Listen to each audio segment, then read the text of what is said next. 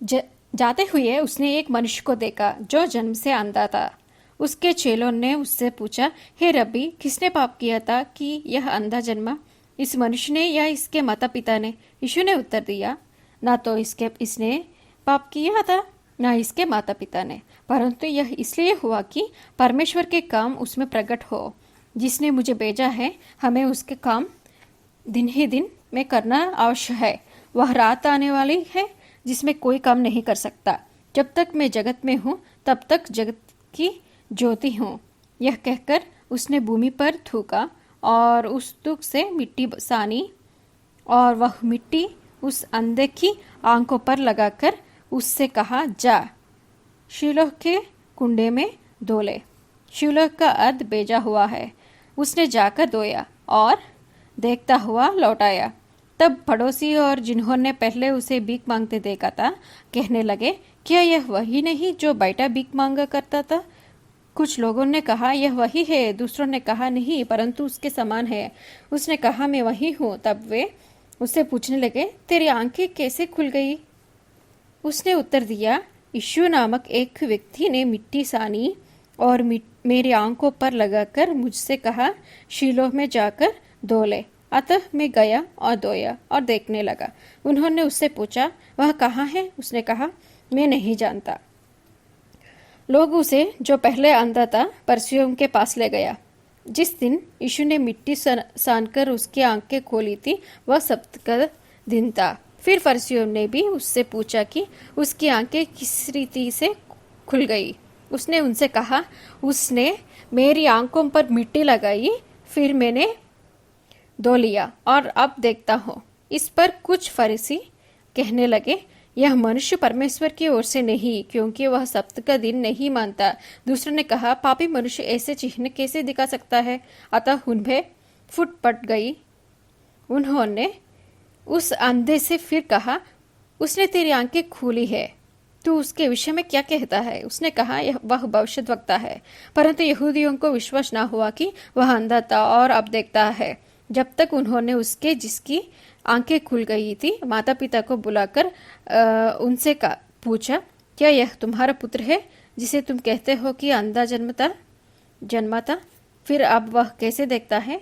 उसके माता पिता ने उत्तर दिया, हम तो जानते हैं कि यह हमारा पुत्र है और अंधा जन्मा था, परंतु हम यह नहीं जानते कि अब कैसे देखता है, और ना यह जानते हैं कि किसने उसकी आंखें खोली।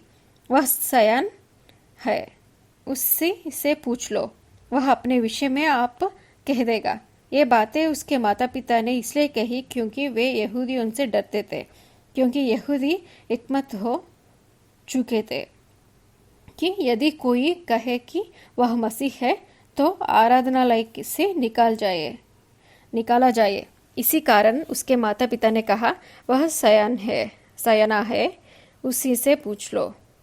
तब उन्होंने उस मनुष्य को जो अंधा था दूसरी बार बुलाकर उससे कहा, परमेश्वर की स्तुति कर, हम तो जानते हैं कि वह मनुष्य पापी है। उसने उत्तर दिया, मैं नहीं जानता कि वह पापी है या नहीं। मैं एक बात जानता हूँ कि मैं अंधा था और अब देखता हूँ। उन्होंने उससे फिर कहा, उसने तेरे साथ क्या किया और किस तरह तेरी आंखें खुली? उसने उनसे कहा, मैं तो तुमसे कह चुका और तुमने नहीं सुना। आप दूसरी बार क्यों सुनना चाहते हो? क्या तुम भी उसके चेले होना चाहते हो? तब वे उसे बुरा भला कहकर बोले, तू ही उसका चेला है, हम तो मूसा के चेले हैं। हम जानते हैं कि परमेश्वर ने मूसा से बातें की, परंतु इस मनुष्य को नहीं जानते कि कहाँ का है।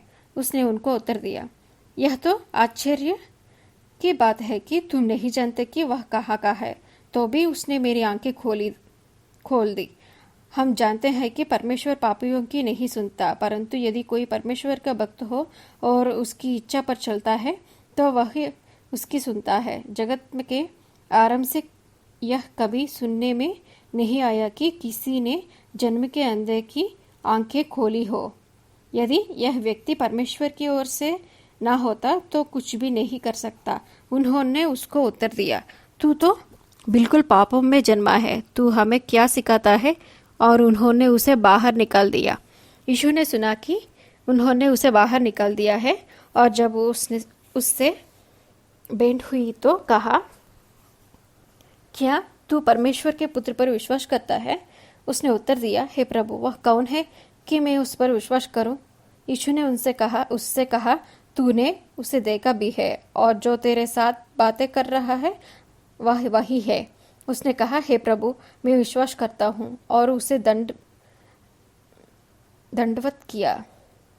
तब यीशु ने कहा, मैं इस जगत में न्याय के लिए आया हूँ, ताकि जो नहीं देखते वे देखें और जो देखते हैं वे अंधे हो जाए। जो फरीसी उसके साथ थे उन्होंने ये बातें सुनकर उससे कहा, क्या हम भी अंधे हैं? यीशु ने उनसे कहा, यदि तुम अंधे हो तो पापी ना ठहराते, परंतु आप कहते हो कि हम देखते हैं, इसलिए तुम्हारा पाप बना रहता है।